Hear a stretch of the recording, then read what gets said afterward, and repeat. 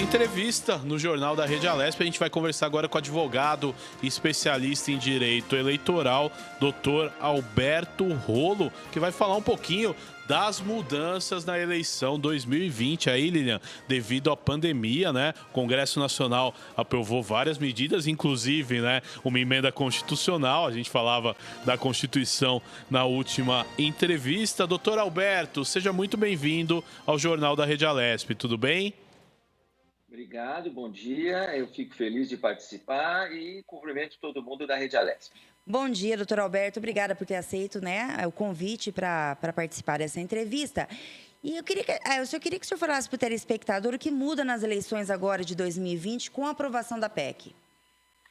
Então, basicamente, o que aconteceu foi um atraso, né, nas datas de votação de 42 dias. Então, esses 42 dias se refletem em praticamente todo o calendário eleitoral. Então, além da data, né, 15 de novembro e 29 de novembro, primeiro turno e segundo turno, onde houver, os outros atos, os outros prazos, né, do calendário eleitoral também ficam atrasados nesses mesmos 42 dias. Um dos prazos importantes que foi atrasado seria esse que venceria agora em julho, que é o prazo das convenções partidárias, né? Então, as convenções partidárias ficaram do dia 29 de agosto, eu tenho aqui a minha colinha, aliás, não, 31 de agosto a 16 de setembro, ainda precisa decorar. Então, 31 de agosto até dia 16 de setembro é o novo prazo para as convenções partidárias. Então, esse é uma demonstração de que o atraso das datas também se reflete no calendário eleitoral. O próprio dia para o registro dos candidatos também, isso foi atrasado para o dia 26 de setembro,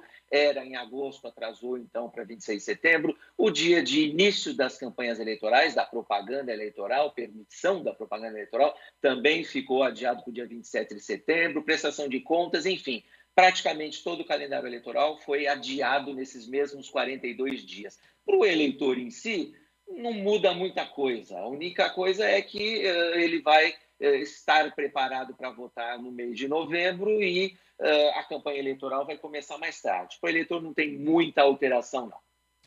Ô, doutor, e no caso de quem possui um cargo público, né, e a descompatibilização também mudou na mesma proporção da diferença da mudança da data?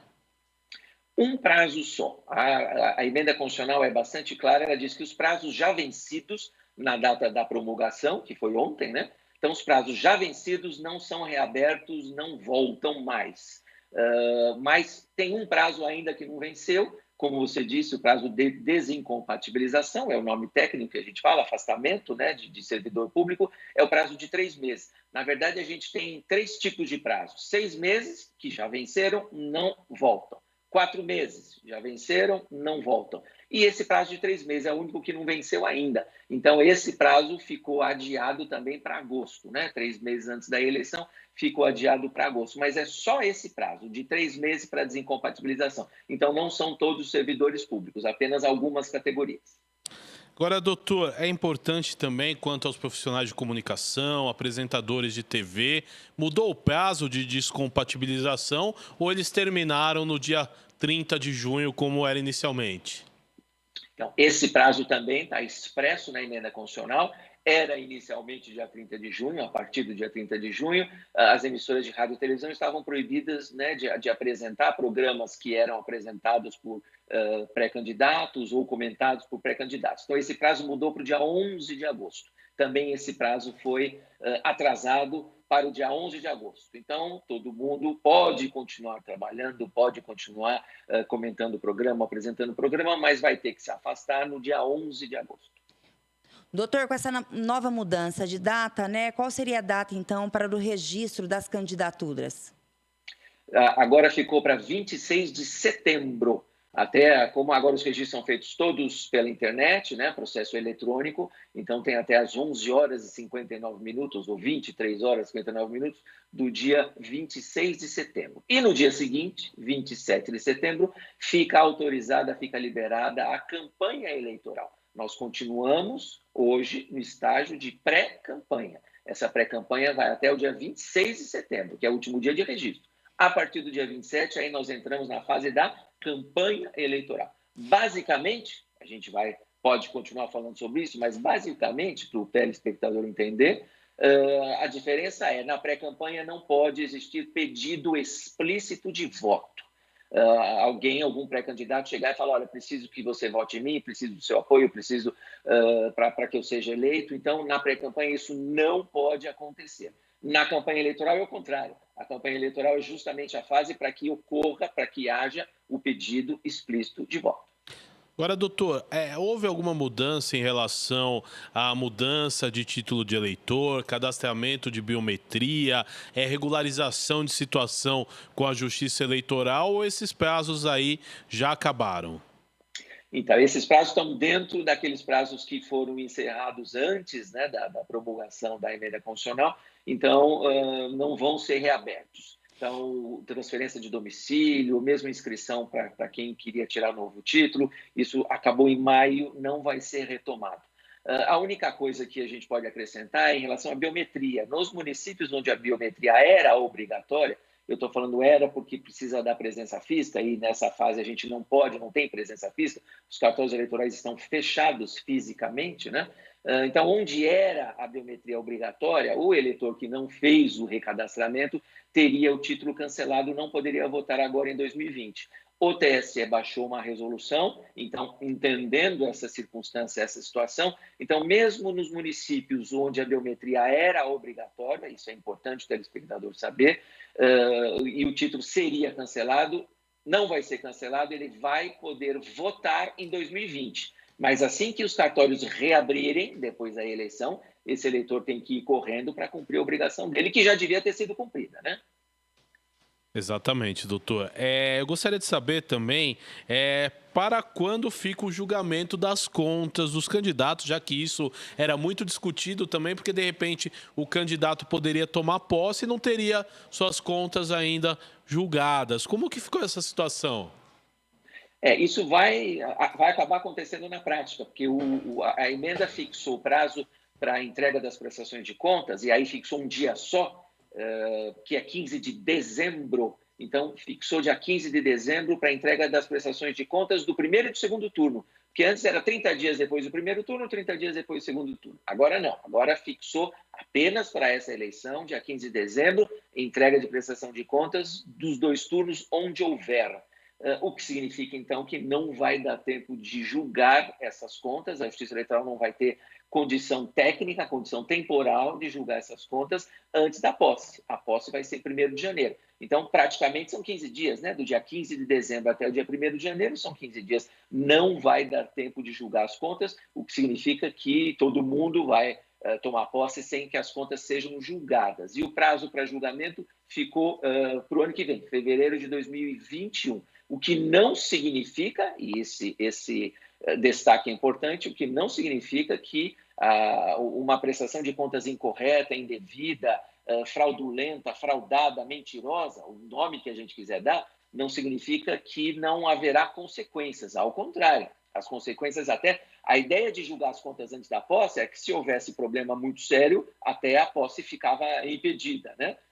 Como não vai dar tempo de julgar, vai julgar só depois da posse, aí a consequência é pior. Você vai estar já no exercício do mandato e, de repente, vai ter o seu mandato cassado, vai perder o seu mandato. Ou vai ter o registro cassado, o registro não, né? No caso das contas é o diploma cassado, e aí não vai poder continuar exercendo o mandato. Doutor, no estado de São Paulo, a gente está tendo uma progressão referente ao Covid-19, né? Onde a gente está subindo, né? Como foi falado pelo governador, nós estamos subindo de letra e podendo começar a reabrir o comércio. Caso em novembro isso tenha um reverso, até quando pode mudar novamente a data e até quando pode a data limite para uma nova eleição em 2020? Essa foi uma mudança que a Câmara fez em relação ao texto aprovado pelo Senado. Então, existe essa possibilidade, já existe essa previsão, se a situação da pandemia em algum município ou em alguma região, né, às vezes municípios vizinhos, estiver bastante complicada, mas isso quem vai dizer são os técnicos, são os médicos, é possível que a Justiça Eleitoral, então, antes era a Justiça Eleitoral que ia decidir, ia marcar uma nova data. Então, a Câmara mudou, fez lá uma emenda supressiva, e aí quem vai decidir agora é o próprio Congresso Nacional, através de um decreto legislativo. Então, a Justiça Eleitoral provoca, diz, olha, em tal município, em tal região, não vai ser possível fazer a eleição com segurança, a situação da pandemia piorou, o pessoal está em lockdown, ou, né, o que for o caso, lá em novembro. Então, a Justiça Eleitoral vai pedir para o Congresso, através de decreto legislativo, marcar uma nova data. E o importante da sua pergunta é que essa nova data tem que ser, pela emenda constitucional, até o dia 27 de dezembro. Ou seja, não existe previsão, não existe hipótese de prorrogação de mandatos de ninguém, mesmo naqueles municípios que eventualmente regredirem na situação da pandemia. Agora, doutor, ia chamar de doutor Arthur, que é o seu irmão, né? Mas doutor Alberto, é interessante vamos supor aqui numa situação hipotética que o município não consiga fazer a eleição. A partir de 1º de janeiro, o cargo fica em vacância. Quem assumiria numa situação dessa? Como funciona? Pois é, essa é uma discussão interessante do direito constitucional, inclusive, porque os mandatos terminam em 31 de dezembro. Então, quem assume a prefeitura, quem assume a Câmara, não tem eleito, não tem prorrogação de mandato. Então, em algumas leis orgânicas de alguns municípios, mas não são todos, tem a previsão, inclusive, do juiz da comarca, de um membro do Poder Judiciário assumir, juiz mais antigo na comarca, assim por diante. Mas esse será, se isso acontecer, a gente está falando hipoteticamente, será um problema sério. Felizmente, eu espero que isso não aconteça, vamos torcer para não acontecer, e se acontecer que sejam poucos municípios, porque, na verdade, o município vai ficar sem representante, não tem como prorrogar mandato. Então, vai ficar sem prefeito e vai ficar sem vereadores. Então, aí precisa partir para as leis orgânicas para saber como é que a lei orgânica decide essa questão. Agora, doutor, é interessante perguntar, dentro dessa emenda, dentro dessa nova normatização das eleições, existe algum cuidado de higiene requisitado? Existe algum artigo que fale sobre isso, doutor? A emenda constitucional em si não fala nada, mas o próprio ministro Barroso, nas inúmeras audiências públicas que ele participou, né, até para discutir a questão da emenda constitucional e mesmo nas entrevistas que ele tem dado nos últimos dias, nas últimas semanas, ele diz que essa é uma preocupação da Justiça Eleitoral. Aí a gente tem que separar. O cidadão, o eleitor, a sociedade já está sabendo, já tem informação, já tem notícia de como fazer para se proteger, né? O distanciamento social, o fique em casa quando possível, o uso de máscara já é obrigatório na rua, álcool gel, então tudo isso já é obrigação do poder público, dos municípios e dos estados. Quando chegar no dia da eleição, aí a responsabilidade também é da Justiça Eleitoral, e o ministro Barroso tem dito que está trabalhando para conseguir, se não conseguir doações, se não conseguir sensibilizar grandes empresários, grandes empresas para fazerem doações, talvez aí um repasse de verba maior do governo federal para que fiquem garantidas as máscaras nos locais de votação. Então, um mínimo de máscaras para se o eleitor perder, se o eleitor deixou cair no chão e não quer usar aquela máscara que caiu no chão. Então, tem uma máscara nova, uma máscara limpa para ser usada dentro da escola, dentro da sessão eleitoral. Álcool gel à disposição de todo mundo. Não podemos esquecer dos mesários, né? Os mesários que são convocados para trabalhar também têm o direito de estarem protegidos. Então, ainda que eu não leve 1, 2, 3 máscaras para trocar da minha casa, então a Justiça Eleitoral vai ter que providenciar essas máscaras para que os mesários troquem as suas máscaras. Uma coisa importante, um detalhe importante que a gente não pensa, mas agora tem que pensar. Quando o eleitor vai assinar a folha de presença, normalmente ele usa a caneta que está ali à disposição na mesa, né? E agora usar a mesma caneta que várias pessoas manusearam é um risco. Então, a Justiça Eleitoral vai estimular que cada eleitor leve uma caneta. É lógico que vai ter caneta lá à disposição, mas é melhor que cada um leve a sua caneta. Outra coisa, o pessoal fala da higienização da urna eletrônica. Não é possível fazer uma higienização da urna eletrônica após cada voto, porque as nossas urnas ainda são mecânicas, o botão é mecânico. Então, se a gente passa álcool gel naqueles botões, em algum momento a urna pode ser danificada, né? O álcool pode penetrar lá nos sistemas eletrônicos e pode danificar a urna, atrapalhar o funcionamento da urna. Então, a ideia é, e isso o TSE já pensou, a fazer a higienização na mão do eleitor depois que ele votar, né? Então, aí ele vai sair da sessão eleitoral com as mãos já higienizadas e não higienizar a urna em cada voto. Então, outra coisa também que vai ser, o TSE está preparando, que é colocar aqueles anteparos, né, aquelas divisórias de plástico ou de acrílico entre os mesários, que vão estar lá a serviço da Justiça Eleitoral, e o eleitor, né, cada eleitor que chega. Como a gente está vendo no comércio já, né, uma separação física, uma barreira física. Então, esses cuidados todos estão a cargo da Justiça Eleitoral. A emenda constitucional não fala nada disso, mas o ministro Barroso, que é o presidente do TSE hoje,